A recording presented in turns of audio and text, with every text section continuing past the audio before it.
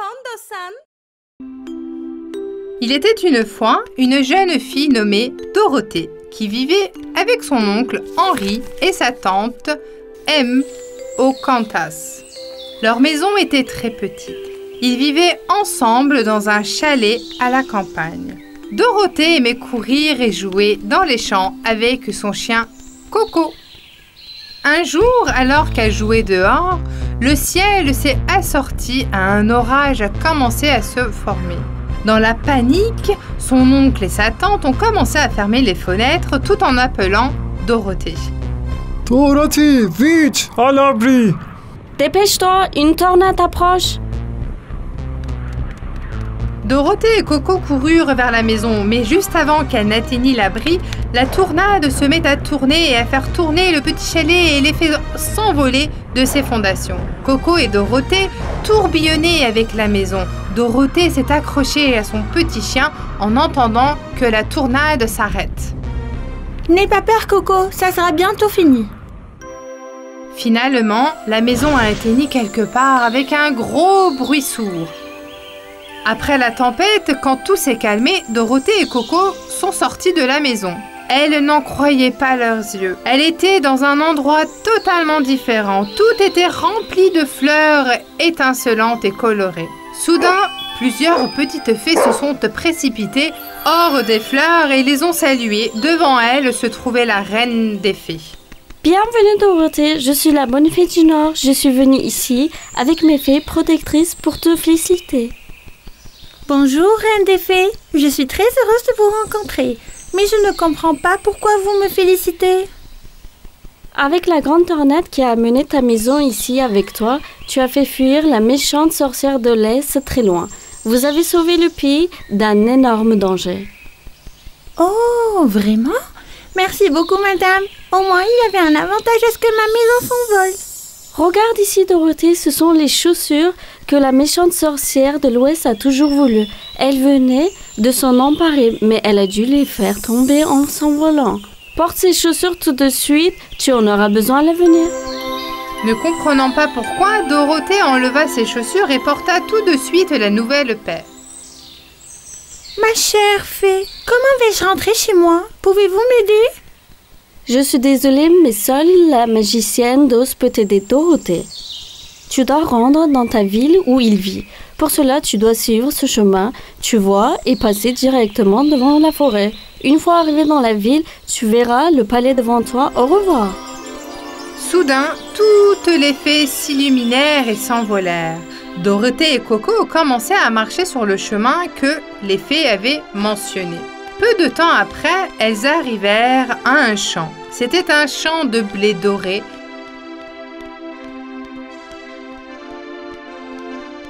Soudain, elles entendirent un bruit.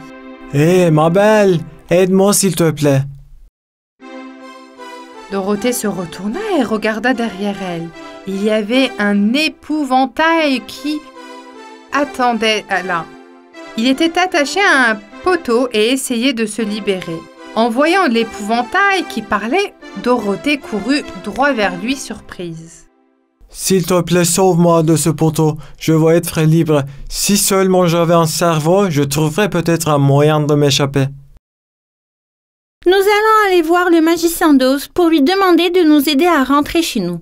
Si tu nous rejoins, Coco et moi, tu pourras peut-être lui demander un cerveau. C'est une idée merveilleuse, bien sûr, j'en serais ravi. Alors vas-y, sauve-moi de ce poste pour que nous puissions continuer notre chemin. Dorothée sauva aussitôt l'épouvantail du poteau. Maintenant, tous les trois ont commencé leur voyage ensemble. Finalement, ils sont arrivés à la forêt. Accrochés à un arbre au bord de la route, ils virent un homme de fer blanc. Il était occupé à huiler ses vies et sifflait. Bonjour petite fille amie, où allez-vous? Dorothée lui a raconté tout ce qui s'était passé. Laisse-moi venir avec toi, peut-être qu'il me donnera un cœur. Pourquoi pas? Bien sûr, tu peux venir. Ensemble, ils ont marché un long moment. Il commençait à faire très sombre. Il faisait nuit noire. Dorothée a regardé une paire d'œils brillants derrière un arbre. Hé, qui es-tu? Sors de là!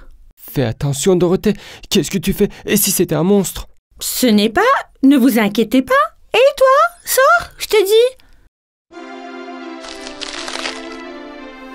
Tout d'un coup, un lion est sorti lentement derrière l'arbre. Il tremblait de peur. Il était très effrayé. Bonjour. S'il te plaît, ne me fais pas de mal. Je suis un très bon lion et j'ai très peur. Je n'ai pas du tout confiance en moi. Dorothée était très triste de voir le lion comme ça. Ils l'ont emmené avec eux pour voir le magicien d'Oz. J'espère que tu pourras trouver ce que tu cherches là-bas aussi, monsieur Lion. Quelques heures plus tard, ils atteignirent la ville et demandent la direction du palais du magicien d'Oz. Une fois qu'ils ont franchi les portes de la ville, ils ont réalisé qu'ils étaient arrivés dans un endroit incroyablement beau. La ville était entourée de lumières vives et de fleurs magnifiques. On pouvait entendre partout les gazouillis joyeux des oiseaux. Ensemble, ils se sont approchés des gardes du palais. Nous sommes venus voir le magicien d'Oz. Pouvez-vous, s'il vous plaît, lui faire savoir? Soudain, les portes du palais s'ouvrent et avec les gardes, ils apparaissent devant le magicien. Le magicien d'Oz était un charmant vieil homme assis sur un magnifique trône dans un costume très chic. Pourquoi voulez-vous me voir? Dorothée a expliqué tout ce qui s'était passé. Le vieux magicien était un homme au grand cœur. Il était très triste pour la petite fille. En fait, je peux exaucer tous vos souhaits. Cependant, la méchante sorcière de l'Ouest tient une baguette. Cette baguette est magique et incroyablement puissante. Elle brise tous les sorts que je jette. D'abord, vous devez récupérer cette baguette. Vous auriez dû envoyer vos soldats. Vous auriez peut-être pu le récupérer. Elle connaît très bien mes soldats. Elle les renvoie de la moitié du chemin quand elle les voit approcher. Comme elle ne nous connaît pas, nous devrions tenter notre chance et peut-être que nous réussirons. Tu es très courageuse, Dorothée.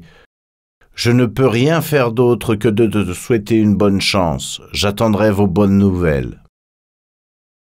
Cette nuit-là, le magicien d'Oz les invita à rester comme ses invités dans son palais. Le lendemain matin, les 4 amis se mettent en route ensemble. Alors qu'ils approchent du château, la méchante sorcière de l'Ouest est choquée par ce qu'elle voit. Qui sont-ils? Un épouvantail, un homme de fer blanc, un roi lion aussi, et une très belle fille. Comme elle ne savait pas qui ils étaient et pourquoi ils venaient dans ce château, elle envoya 4 de ses sorcières soldats pour les capturer immédiatement. Soldats, arrêtez ceux qui s'approchent et enfermez-les immédiatement. Voyons pourquoi ils me rendent visite. Les 4 sorcières s'envolèrent, capturèrent les 4 amis et les enfermèrent dans le donjon. Non! Que vont-ils nous faire? Ils vont nous couper et nous manger, c'est sûr. Maman! Pourquoi nous ont-ils enfermés ici? Effrayés, ils atteignirent que la méchante sorcière de l'Ouest s'approche d'eux. Êtes-vous Dorothée? Tu vas venir avec moi dans la tour. Vous allez m'expliquer ce que vous voulez. La sorcière s'approchait fermement à sa baguette magique. Soudain, elle remarqua les chaussures de Dorothée. C'étaient les chaussures qu'elle avait toujours voulues, mais qu'elle avait accidentellement laissées tomber en étant emportée par la tornade. Elle devait prendre ses chaussures à Dorothée d'une manière ou d'une autre. Avec les chaussures, ses pouvoirs magiques devraient plus fort. Elles ont atteint le sommet de la tour, elles ont commencé à parler. Dis-moi, Dorothée, c'est ton nom, n'est-ce pas? Pourquoi es-tu venue dans mon château? Je veux retourner chez moi au Kansas. C'est pour ça que je suis venue vous voir. Ils ont dit que vous étiez le seul à pouvoir le faire. Bien sûr, mais j'ai une condition. Vous devez me donner ces chaussures. Non, je ne peux pas, j'en ai besoin. Même si Dorothée ne savait pas à quoi servent les chaussures, elle se souvenait que la fée avait dit. Cette réponse mit en colère la méchante sorcière de l'Ouest et elle réalisa qu'elle ne pourrait pas prendre les chaussures simplement en parlant. Alors vous ne me les donnez pas. Je sais comment les prendre. Viens ici, toi. Elles coururent au rond dans la tour. Dorothée était poursuivie. Comme les chaussures étaient magiques, la sorcière ne pouvait pas attraper Dorothée, même en utilisant la magie. La méchante sorcière de l'Ouest a commencé à avoir des vertiges à force de courir partout. Soudain, elle a perdu l'équilibre et est tombée du haut de la tour. En tombant sur le sol, elle est transformée en un énorme rocher noir. Elle a laissé tomber sa baguette magique. Dorothée a immédiatement pris la baguette et s'est dirigée vers le donjon pour libérer ses amis. Dorothée, aide-moi s'il te plaît. Je veux être libre. Oui, où est la sorcière? Ils ne vont pas nous manger, n'est-ce pas? Oublions la sorcière pour l'instant. Nous devons apporter cette baguette au magicien d'Oz tout de suite. En un rien de temps, ils se sont échappés du château et se sont dirigés vers le palais du magicien. Alors que le magicien d'Oz tient la baguette magique dans ses mains, un sourire se dessine sur son visage. Enfin, tout le mal a pris fin. C'est grâce à toi, Dorothée. Maintenant, venons-en aux souhaits de chacun. Avec sa baguette magique, le magicien accorde un cœur à l'homme de fer blanc.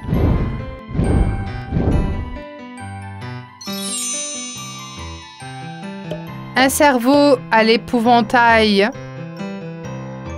et du courage au lion.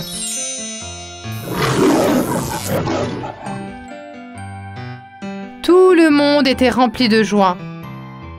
Le lion continuait à rougir au loin.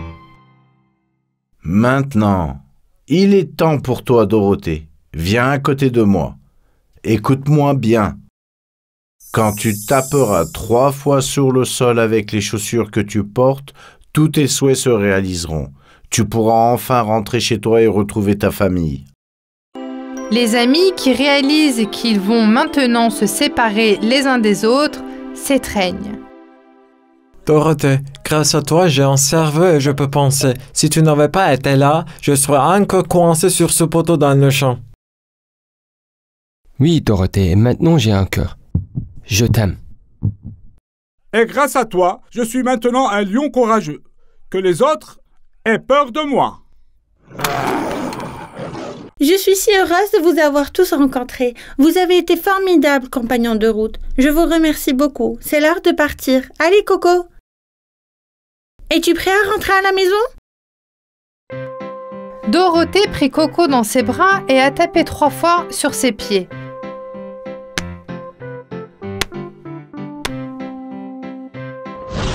Elle s'est soudain retrouvée à la maison. L'oncle Henri et la tante M l'ont serrée très fort dans leurs bras. Elle leur a raconté tout ce qui s'était passé, mais maintenant, elle était chez elle. Elle pouvait à nouveau jouer avec Coco dans leur champ.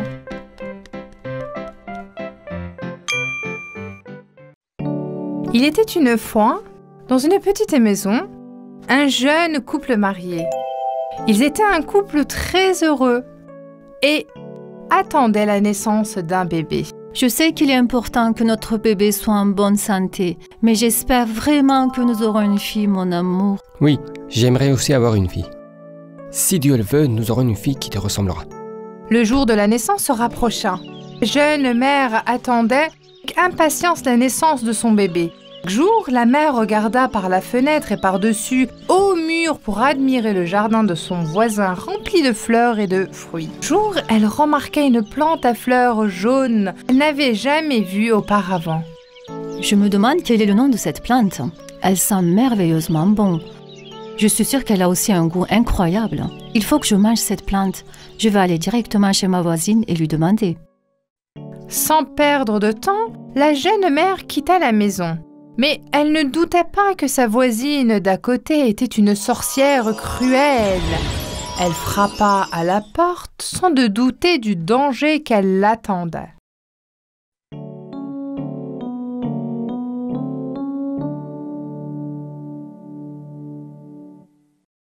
Bonjour voisine, la plante jaune dans votre jardin sent très bon. Je suis enceinte et j'en ai vraiment envie. Est-ce que c'est une plante mangeable? Bien sûr, je peux vous en donner un peu. Elle a un goût incroyable et vraiment pour les humains. Alors, ce sera bon pour mon bébé aussi. Bien sûr, chère voisine, surtout vous pour les futures mamans, mais rappelez-vous parce que c'est très précieux, vous ne pouvez en prendre qu'un seul.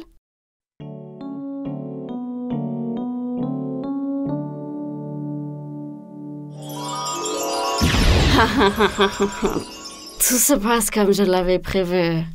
La jeune femme a fini de manger le morceau qu'elle avait pris dès qu'elle est rentrée chez elle, mais elle voulait en manger plus. Apporte-moi-en en plus.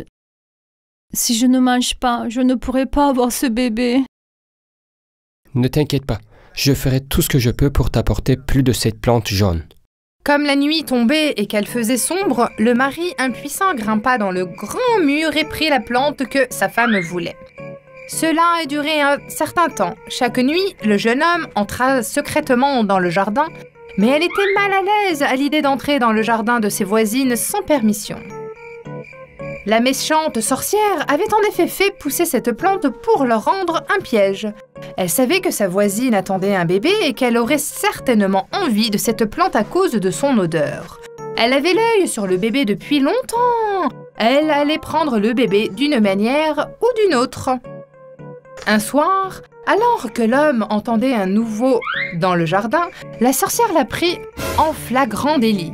Elle avait maintenant l'apparence d'une sorcière. Elle était très laide et avait l'air extrêmement effrayant. Le pauvre homme était effrayé. Pardonnez-moi. Ma femme est enceinte et elle ne peut s'empêcher de manger cette plante. J'ai été contrainte de le faire parce que vous avez dit qu'elle ne pouvait comprendre qu'une. Je sais que c'est mal. Mais si elle ne la mange pas, j'ai peur que ma femme meure. Je suis dans une situation très difficile. J'accepte vos excuses avec une seule condition. Vous devez me donner le bébé qui va naître, sinon je vous détruirai tous. L'homme dut accepter cette condition. Quand le moment de la naissance arriva, une belle petite fille naquit. La sorcière se rendit immédiatement dans leur maison. Son nom sera Réponse. Vous l'élèverez jusqu'à ce qu'il ait 1 an. Dans 1 an exactement, je viendrai vous la prendre. Le couple impuissant accepta.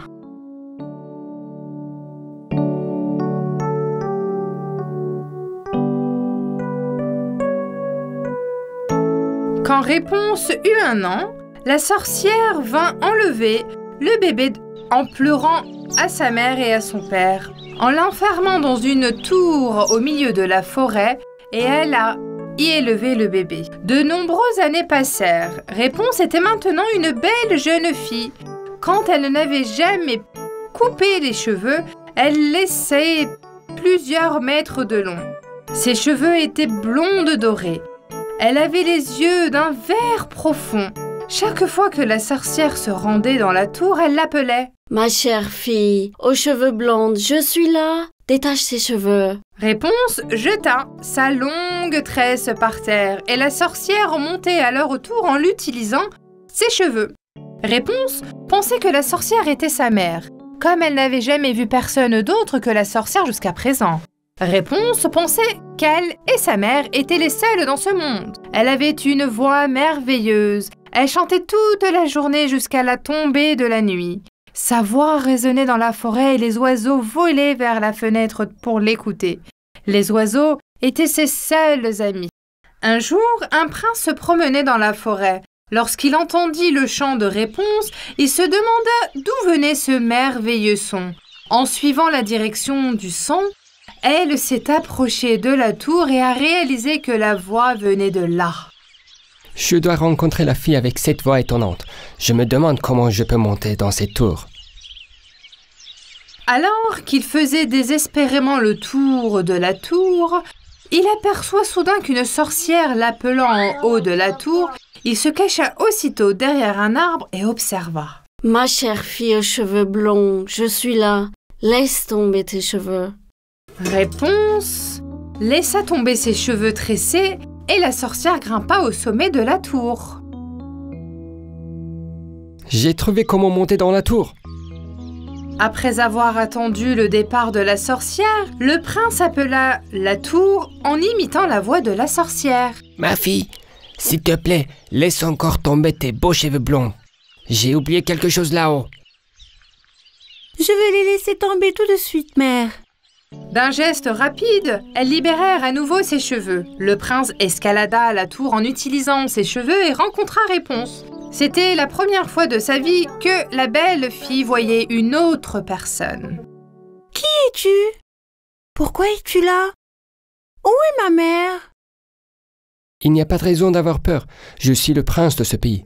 Votre merveilleuse voix m'a permis de venir ici. Pour venir ici, j'ai dû imiter la voix de ta mère. Réponse, qui au début était très effrayée, a lentement réalisé qu'il n'était pas une mauvaise personne. Le prince était déjà charmé de sa beauté.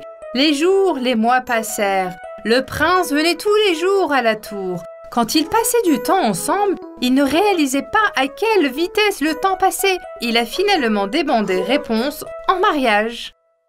Réponse, je veux vivre avec toi pour le reste de ma vie. Veux-tu m'épouser? Bien sûr, je vais t'épouser. Je dois maintenant retourner au palais. Je vais essayer de trouver une solution pour te faire sortir d'ici immédiatement. Réponse était très excitée de l'idée de pouvoir enfin voir le monde extérieur une fois qu'elle aurait... Elle s'ennuyait tellement de vivre seule dans la tour pendant toutes ces années. Il a tenu les cheveux des Réponses et s'est dirigé vers le bas de la tour. Malheureusement, la sorcière était là aussi et a vu le prince. Elle a immédiatement compris ce qu'il se passait. Elle se mit en colère. Alors que Réponse remettait ses cheveux en place, la sorcière s'y est accrochée et a grimpé. Elle était si ennuyée et frieuse. Mais qu'est-ce qui se passe ici? Qui vient de partir? Je t'ai caché ici pour te protéger du mal.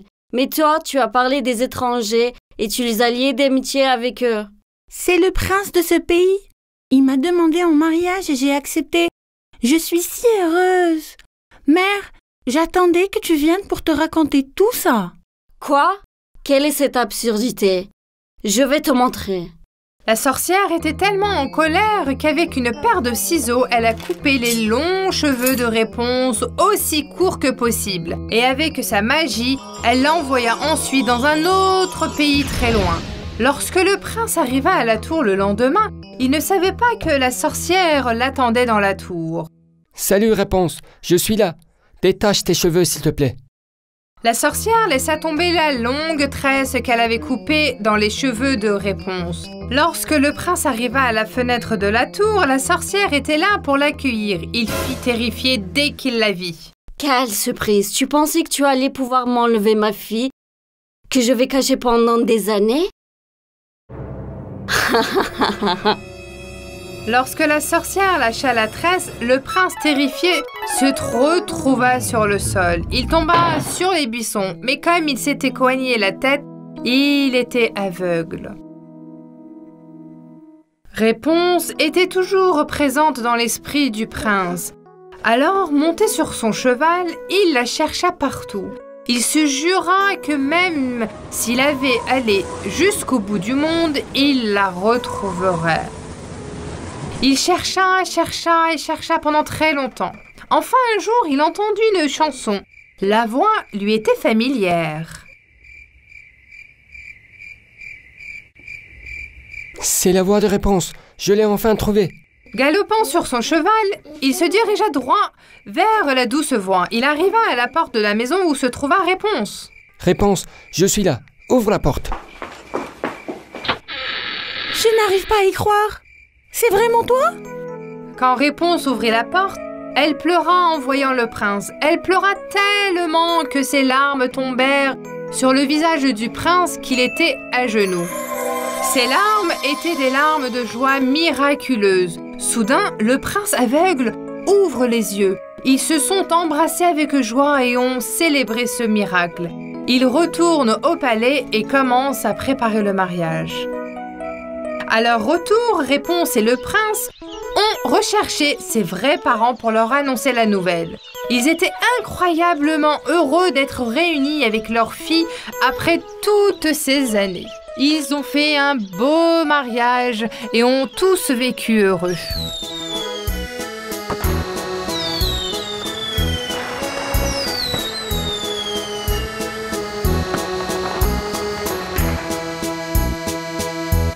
Il était une fois une petite fille qui vivait avec sa mère dans un village près de la forêt. Sa grand-mère lui avait fabriqué un chaperon rouge. Elle l'aimait tellement qu'elle le portait partout où elle allait. C'est pourquoi les gens du village l'appelaient le petit chaperon rouge. Elle aimait rendre visite et passer du temps avec sa grand-mère qui vivait de l'autre côté de la forêt. Un jour, le bûcheron qui vivait dans la forêt est venu à la maison du petit chaperon rouge pour leur dire que sa grand-mère était malade. Sa mère, qui a entendu cela, a préparé un médicament à partir de différentes herbes et a appelé le petit chaperon rouge. Ma chérie, j'ai préparé un médicament pour grand-mère. J'ai aussi préparé un repas sain à base de légumes pour elle.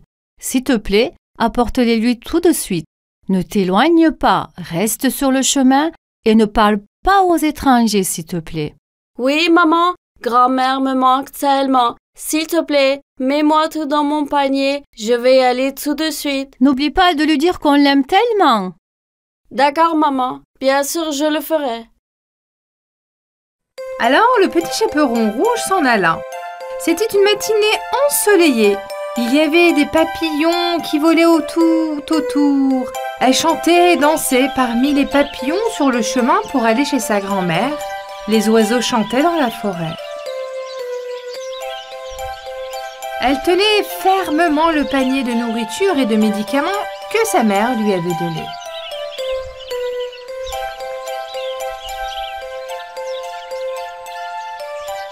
Il y avait tant de belles fleurs autour d'elle que le petit chaperon rouge se laissa distraire et oublia ce que sa mère lui avait dit. Elle s'éloigna de son chemin et entra dans la forêt. Quelle belle fleur! Il faut que j'en cueille et que j'en fasse un bouquet. Grand-mère va les adorer. En cueillant des fleurs, elle n'a pas réalisé qu'elle s'était éloignée de son chemin et s'était enfoncée dans la forêt. Celles-ci sont très belles. Celles-ci aussi sont jolies. Celles-ci sont meilleures.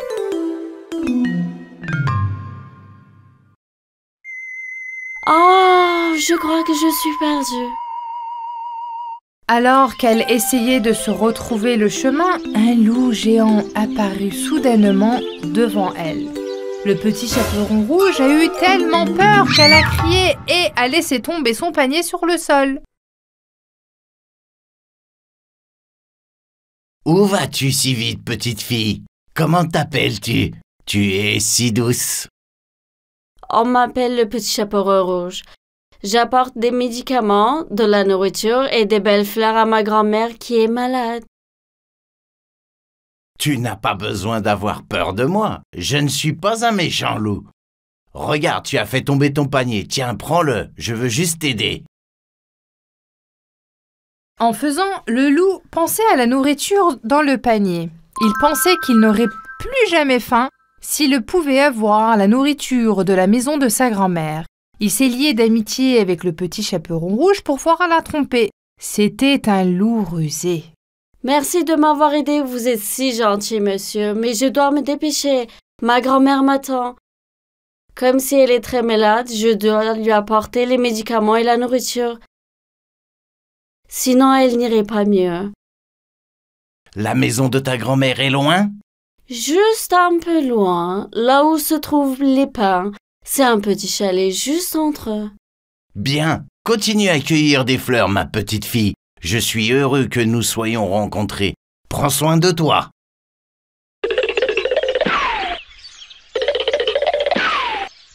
Une fois qu'il a appris où se trouvait la maison de la grand-mère, le loup s'est dépêché de prendre le raccourci vers la maison. La vieille dame demanda de l'extérieur quand le loup frappa à la porte. « Qui est-ce? Ma chère petite fille, c'est toi? Oui, c'est moi, grand-mère. Je t'ai apporté des médicaments et de la nourriture. La porte est ouverte, ma chérie, tu peux rentrer. Le loup est entré joyeusement. Il a attrapé la grand-mère et l'a enfermée dans un coffre. Il porte ensuite les vêtements de la grand-mère qu'il a trouvés dans son armoire, met son chapeau et ses lunettes et s'éloigne dans le lit, sous la couverture pour attendre le petit chaperon rouge. Pendant ce temps, le petit chaperon rouge, qui ne retrouve pas son chemin, se rend compte qu'elle s'est perdue et se met à pleurer. Que vais-je faire maintenant? Pourquoi n'ai-je pas écouté ma mère? Elle m'a dit de rester sur le chemin.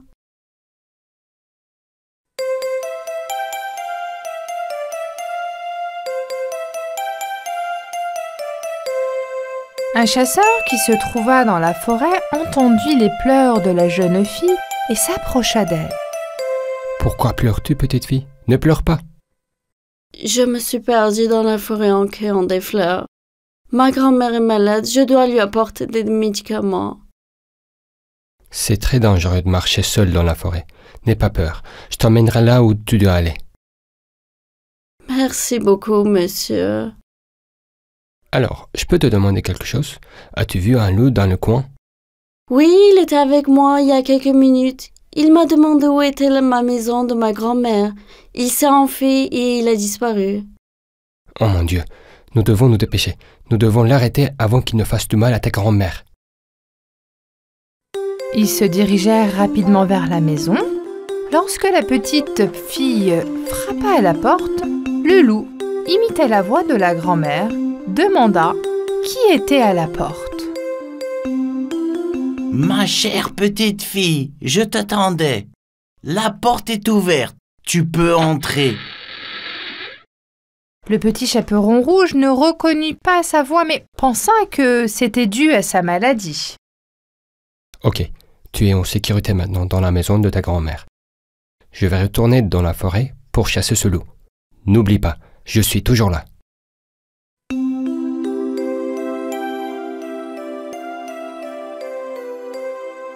Le petit chaperon rouge est entré et s'est assis près du lit, près du loup, et a demandé pourquoi il faisait si sombre à l'intérieur. Le loup avait tiré les rideaux. Le petit chaperon rouge était très surpris de voir que sa grand-mère avait un peu changé à cause de sa maladie. Oh, grand-mère, quelle grande oreille tu as! C'est pour mieux t'entendre, ma chérie. Oh, grand-mère, comment tu as des grands yeux? C'est pour mieux te voir. Oh, grand-mère, comme tu as des grandes mains. C'est pour mieux te serrer dans ses bras, ma chère petite. Et tes dents? Quelles dents pointues tu as? C'est pour mieux manger la nourriture que tu m'as apportée. Quand le petit chaperon rouge entendit sa vraie voix, elle comprit que c'était le loup qu'elle avait rencontré dans la forêt. Au secours! Au secours! Le chasseur, qui n'était pas loin, fit demi-tour et entra. Il frappa le loup à la tête avec un morceau de bois pour qu'il lâchât le petit chaperon rouge. Il attacha le loup et l'emmena loin de la forêt. Méchant loup, je t'ai enfin eu. La forêt serait désormais débarrassée de toi. Le chasseur a sauvé la grand-mère et l'a sortie du coffre. Le petit chaperon rouge, ça t'apprendra. Ne désobéis jamais à ta mère. Tout cela t'est arrivé à cause de ça.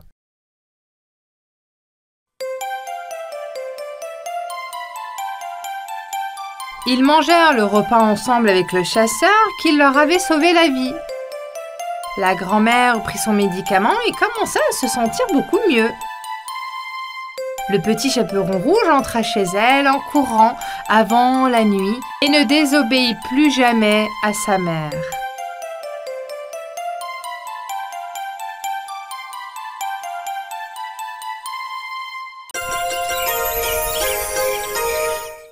Sam.